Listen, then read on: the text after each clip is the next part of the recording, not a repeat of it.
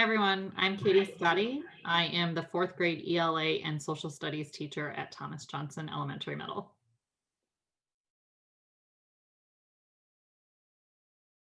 Virtual learning really stressed me out in the beginning. It still does sometimes on many days.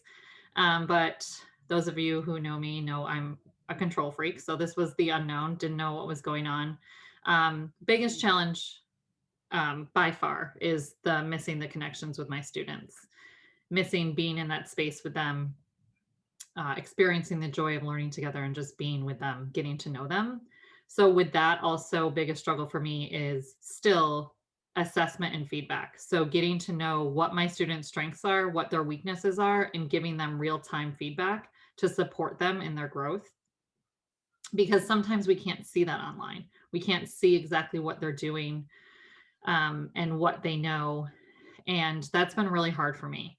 In the classroom, I always give the example of just being able to, you walk around the classroom, you see something happening in the moment, you can just pull them to the back table and say, let's work on this. You can, at the end of class, say, you can like whisper to them and say, you might need some help with this. We can work on this tomorrow. You can encourage them. All those things of getting to know the students, what they're good at, what they need support in, and being able to give that to them in real time has been a real challenge for me. And I would just say overall meeting the needs of all my learners. I'm just really believe that all students are capable of doing great things. And sometimes I feel like I'm not virtually being able to meet that all. Some of my students who are not coming every day, some of my students who are coming but not turning in assignments. I just have been feeling throughout all of this that it's not enough. And when I talk to my colleagues, we often talk about how we're working maybe 5 times as hard for a result that's not what we are used to. And that's been really frustrating for me, who is a person who expects a lot from my students and from myself, really. So that has been, I would say, my biggest challenge. Feedback, assessment, and meeting the needs of all of my students. I would say that some things that have helped with that was the shift to the Wellness Wednesday in small groups. So on those days, I'm able to meet with students, and just in that small group, I'm seeing more students turn their cameras on. I'm being able to just have students share their screen and look at their work and give them that real-time feedback. And so that's not happening in front of the whole class. And I can have these conversations with them where I'm getting to know them a little bit better, getting to know their work a little bit better, and give them more authentic feedback that I think is supporting them in when we're in the Monday, Tuesday, Thursday, Friday days as well. I also think something that helps is having Google Classroom. I was nervous about it at first. I had never used it, but I really like the platform of being able to just go into students' assignments as they're working and being able to maybe real time put a sentence starter in there, give a comment about something that they might need to be working on, and so that they have that support real time. And we can work on assignments simultaneously, which is actually something we were not able to do before. So I appreciate that.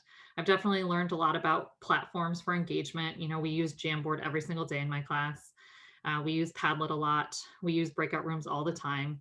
So I've been learning, as all of us have, about how to just make things a little bit more engaging than they are when you're just doing a regular Zoom without all those things. So I've learned a lot about technology, but the biggest thing I've learned about technology is that technology cannot replace real-time teaching in person, and technology cannot replace us as teachers. So that is good to know. And I do look forward to going back to see my students and teaching in person, because I really do miss those connections and relationships.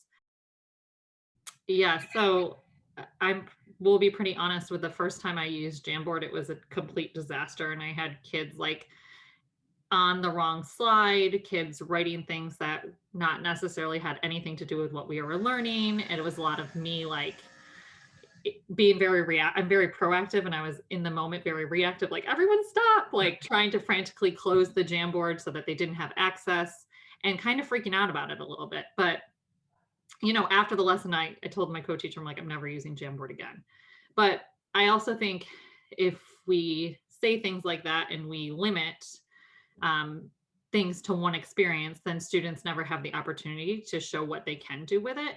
So, the next day I just said, I want to use Jamboard with you. I think this is a great, engaging, interactive tool that you really do like, but we just have to set some guidelines and some expectations. And part of it was me just learning how to use the platform. Like I wasn't that familiar with it. So I needed to familiarize myself with it. I had to reach out to other educators who have used it successfully, do some research, and then we just came up with some norms and procedures for it. And now every time we use Jamboard, even every day, I just real quick before we do it, what are the reminders? You stay on your own slide, you stay on topic, you support each other. If someone can't access the Jamboard, you can put in you can put up their sticky note for them. So we have all these norms that we talk about it as a class before we do it. And then it just took time. I always say things are messy at first. Virtual learning is messy at first, but if you take time and you let the students grapple with it, you grapple with it, they can really do great things with it. So Jamboard was one of the things that I find that I have the most success with it, but it took time and it took kind of a mindset shift and saying,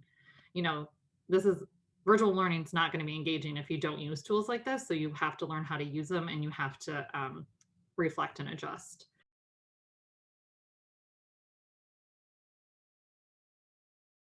Yeah, so when the district came out with PD in the fall before all this started, there was PDs on everything. There was Jamboard, there was Padlet, Nearpod, Pear Deck, like all these things, and I was just feeling like I was overwhelmed, and so I was thinking if I'm trying to do this with all my students, they're going to feel overwhelmed too. I also have a daughter in fourth grade, and I was seeing her try to navigate some of these platforms and the frustration she was seeing, and it was really important to me to start really simple. So just one like Jamboard. I started with Padlet actually. So I started with Padlet, used it for a few weeks before I introduced something new. And I think that's important for students too, because they're already overwhelmed by virtual learning. It was overwhelming to them in the beginning. They didn't know what to expect. They still get stressed out. They still don't feel like it's not normal. So they worry about their work and they want to make sure it's the best it can be. So I just think a platform overload can really stress students out, and we have to be very careful about how we use them and when we use them.